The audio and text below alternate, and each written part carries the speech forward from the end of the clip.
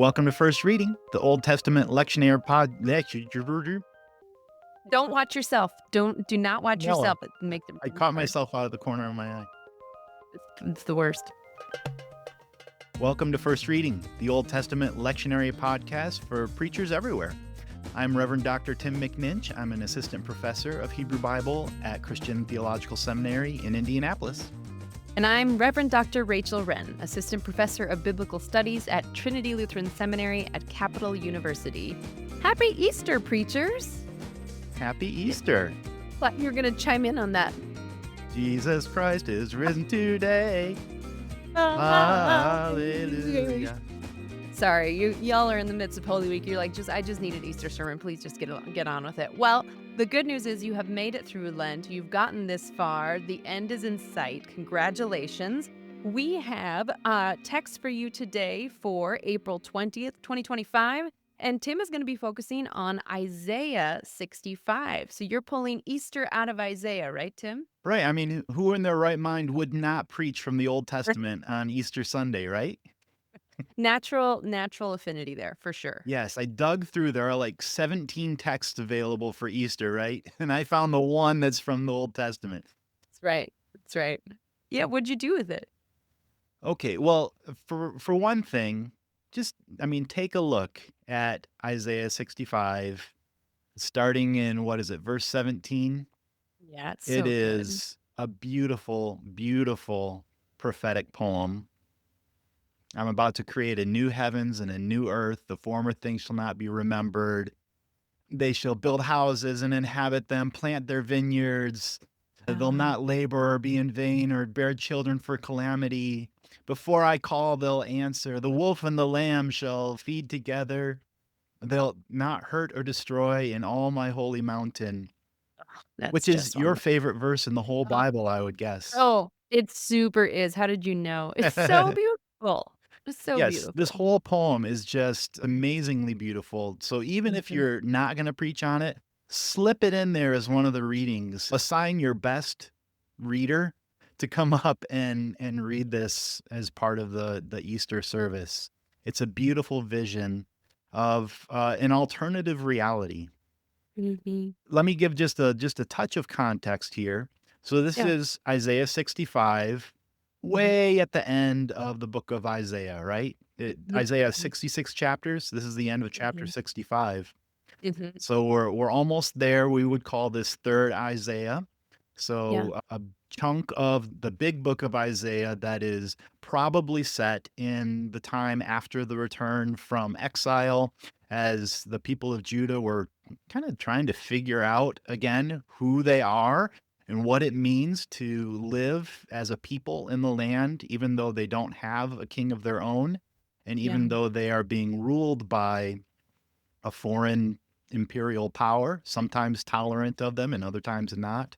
Mhm. So, in that context of getting to come home, but trying to figure out what it's like to rebuild, what the practicalities are on the ground, and that they don't always live up to the hype, Yeah. comes much of these last several chapters of the book of Isaiah Mhm. wrestling with those realities. Yeah. Yeah. I think that's helpful historical context, especially because this is a colonized people who are never going to be on their own 2 feet again. And that can be hard for us to relate to as the dominant culture in a dominant country. Mhm. But this idea of, like, reality doesn't always live up to what we think it should be. That's something that I think, everybody pretty much could get behind. Yeah. And, even though I myself kind of embody, I'm a person of privilege in a dominant culture and a dominant world power, and Mhm. still I feel some of the sense of stress and uncertainty about where the future of our world is going, whether it's wars or the rise of empire, nationalistic sort of ideologies and climate change, and there's all these things that just Mhm. you wonder about even, like, bringing children into this type of world, right? Yeah, Which is something that this poem actually addresses head on. it is. Yeah. So Yeah. so there's lots of places where even congregations who are, for the most part, embedded in the seat of international power and privilege can still find some places of connection. And all the Mhm. more so for congregations whose members are among the less privileged or oppressed Mhm. in this world. Mhm. There's a lot of connections here to be made. Yeah. How did you land on this for Easter? What's your Easter angle to it besides just being this incredibly gorgeous piece of scripture? Yeah, so the theme of the poem as a whole is new creation, Nice. recreation, Mhm. which is, you might say, an Easter theme. Yeah, no. And Yeah. so it starts out verse 17 in the NRSV UE. Maybe the next edition of the NRSV will add more letters, so it'll be yeah, UENSP exactly. ASAP. RSVP.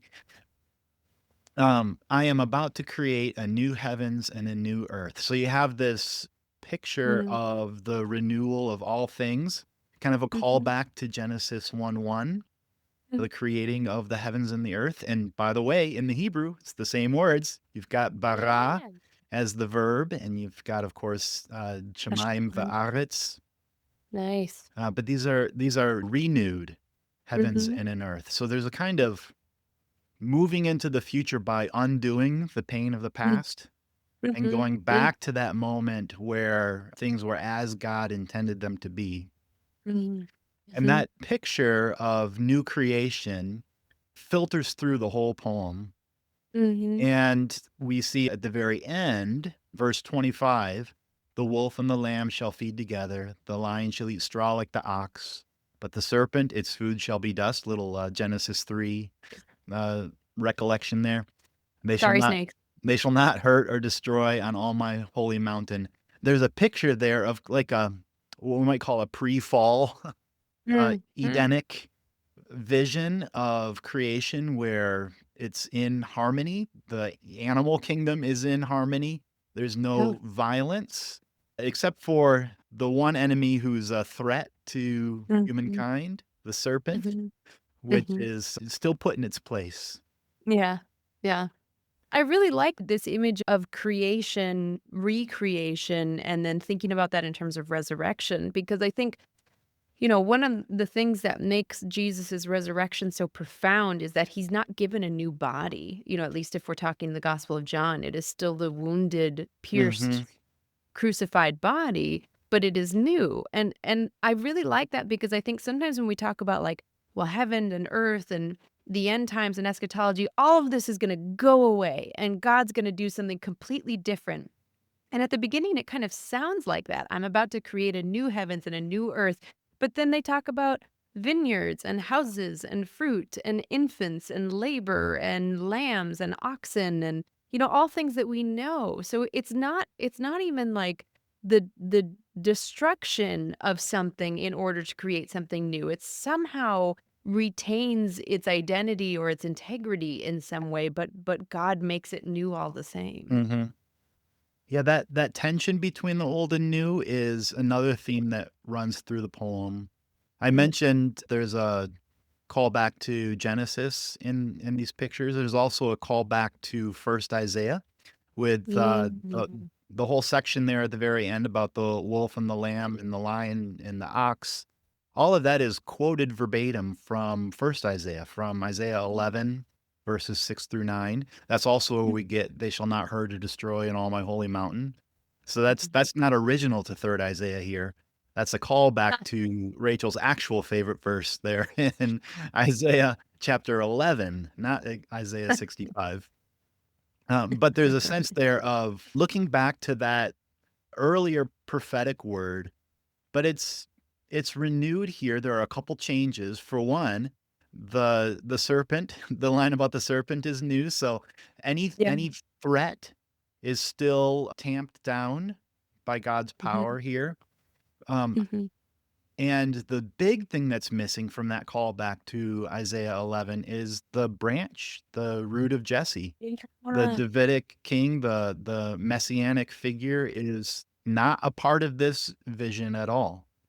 Wow, that's fascinating. which is the scenario that the Judahites were experiencing in this return from exile, where they were learning what it meant to be a people under God's rulership for them Mhm. without a human king to mediate that for them.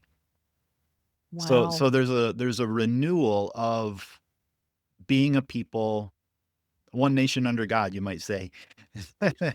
The other thing where there's kind of the old and new tension here is verse 17. We mentioned, I'm going to create a new heavens and a new earth. The former things shall not be remembered or come to mind, Mhm. which is also a callback to earlier in Isaiah. That comes from Isaiah 43, verses 18 Mm, through 20, which is part of second Isaiah. It's the same idea there of the rishonot, the things from before, mhm, not intruding on your mm, experience of God's newness now. And there's actually, if we can take just a little bit into the Hebrew there, a really beautiful little picture. In verse 17, it says, Lo tizacharna harishonot.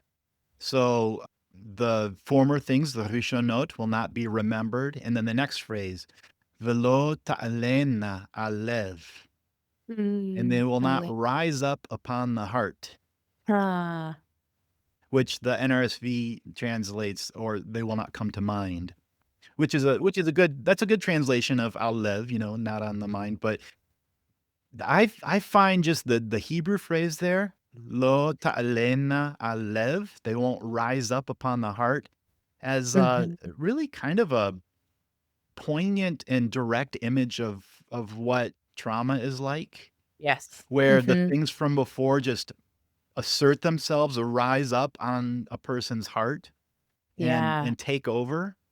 yeah. The intrusive thoughts and memories that overwhelm and incapacitate, that's so important. Absolutely. And so Wow, part that's of the picture here is a yeah. healing from the communal trauma that this Mm, people has experienced, where the things that happened before to them won't interrupt, without invitation upon their hearts and drag them down. oh, man, I love this text even more now. Yeah, isn't that a beautiful image? It's just gorgeous. It's just gorgeous, and again, it's not that again, if we're talking resurrection, it's not that the pain of the past didn't happen, it's just that it doesn't control your life anymore. It Mhm. it doesn't that's resurrection. Yeah. Mm. And while we're talking about Hebrew, there is another phrase that's repeated several times in this poem, and that is joy or rejoice. Yeah. We were talking last week about praise Mhm. and some of the ways that we define that term. And here we have a couple interesting terms for rejoicing here. We have noun forms, masos and gila. They both mean joy, but maybe sort of like different flavors of joy, or maybe they're synonyms. Mhm. Maybe they needed more than one word to capture this concept, but they Um, come in a pair here of mhm. rejoicing and joy, masos and gila. And then the verbal forms also appear several times here, sis Mm. and gil. Mm. Um, and I think what makes these kind of powerful terms for me is that, as far as I can tell from just doing a little bit of look into those particular Hebrew terms, it's less about like the internal feeling of joy or happiness, sameach or whatever that we might expect, but these terms are expressive. Yeah. They're externalized. They're Mm. eruptions of joy into shouts and praises Mhm. and where you just can't contain it. Mhm. And Mhm. most of the joy and rejoicing that is happening here is God's own joy. Oh, So oh. God's happiness about the new creation of heavens and earth and of Jerusalem as a like a refuge city erupts in shouts of joy because both God and the people are so happy with how this is turning Love out. that. I love that so much. God rejoices at resurrection. That's a Yeah. good sermon for Easter. Yeah, and then one of the last things that I had as I'm sort of picking at the poetry here I've mentioned this in a recent episode before, but that first phrase, "I'm about to create a new heavens and a new earth," I think it's a good rendering of the Hebrew that's there, but we also lose a little something in English there because in Hebrew you've got "hineni," here I Yeah. am, Mhm. "boreh," And creating creating. a new Yeah. heavens and new earth. So this Yeah. is not a far off future. You could render this in a kind of future tense, "I'm about to," but in Yeah. any case, it's the beginnings of it are happening right now. Yeah. Yeah. Here I am doing it. Yeah. And so Watch this. exactly, Right? exactly. And so there's an Yeah. invitation in this poem that despite the appearances of coming back to the land and it being the slog and struggle of rebuilding and economic hardship and under the auspices of a foreign empire, that if you Mhm. just stopped and like peeled back this Mm. reality, underneath it, there is something else happening right now Yeah. which is a process of recreation that will spill into joy and safety and security, the kind of life where you would want to bring children into the world, and it's all there if you would just pause to take a look at it. And I Mm. think that also is a great Easter message. As Yeah. we're looking back at the ancient resurrection of Jesus Christ, looking forward to the future resurrection of ourselves and our loved ones, but there's also resurrection happening right now, even in the midst of all of the craziness that's happening around us. If we would just, pause and take a look for it, we would see it. Yeah. Oh, that's so beautiful.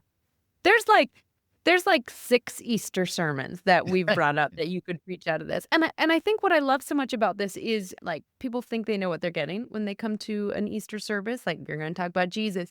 If you start talking Isaiah and you, like, draw people in and you deepen it, deepen it, deepen it, and then you get to one of those points, and then you move to Jesus, like, it just enriches and deepens and surprises, and Right. that might help us hear the message anew in a way that makes it, even more meaningful for our lives. So, I think I so. I think mean, it that's a big point that we like to make here on the Mhm. podcast as we're dealing with the relationship between the Hebrew Bible and the New Testament, and particularly the gospel around Jesus. When Jesus often said that what he did and what was happening to him was a fulfillment of the Yeah. scriptures, right? But I Mhm. don't think generally he meant that the prophets predicted that this would happen and now it's happening, but Mhm. that the things that he was about were in line with the Yeah. vision of reality and of God's presence in reality that was embedded in the Yes. scriptures. And here we see a great example of that. Beautiful. That's a beautiful way to talk about it. Well done. Anything else you wanna throw in there, or No, that's let's quit just while we're I ahead. no, quit, goodbye. Preachers, I hope you found something in there. And even if you're set on the gospel for your Easter sermon or you're already half done, I hope that this was a little bit of Easter resurrection and theology for you in the midst of a really busy, difficult time. Yeah. So, you know where to find us. We're going to be here all Easter season, and we're doing a little bit of a new thing this Easter season ourselves. We are going to do a series on the book of Revelation. So, we're calling it Hebrew Bible Scholars Read the Book of Revelation. And we are very, very excited about it. So if you're not up for Acts this year and you're looking for something maybe a little bit different in the Easter season, come join us in the Book of Revelation. You can find our episodes, of course, on our website, firstreadingpodcast.com. You can find us on iTunes, on Spotify, wherever you get your podcast. It really helps if you can leave us a review or if you can recommend us to friends, family members, whoever you think would deserve the honor of our presence and Wow. wisdom. Yeah, there you go. If you have feedback about our honor and presence and wisdom, we would be happy to receive that at firstreadingpodcast@gmail.com, or you can find us on Facebook as well. Thanks to everyone who's listening. I'm Rachel Wren. And I'm Tim McNinch. Happy Easter to you all. Happy Easter.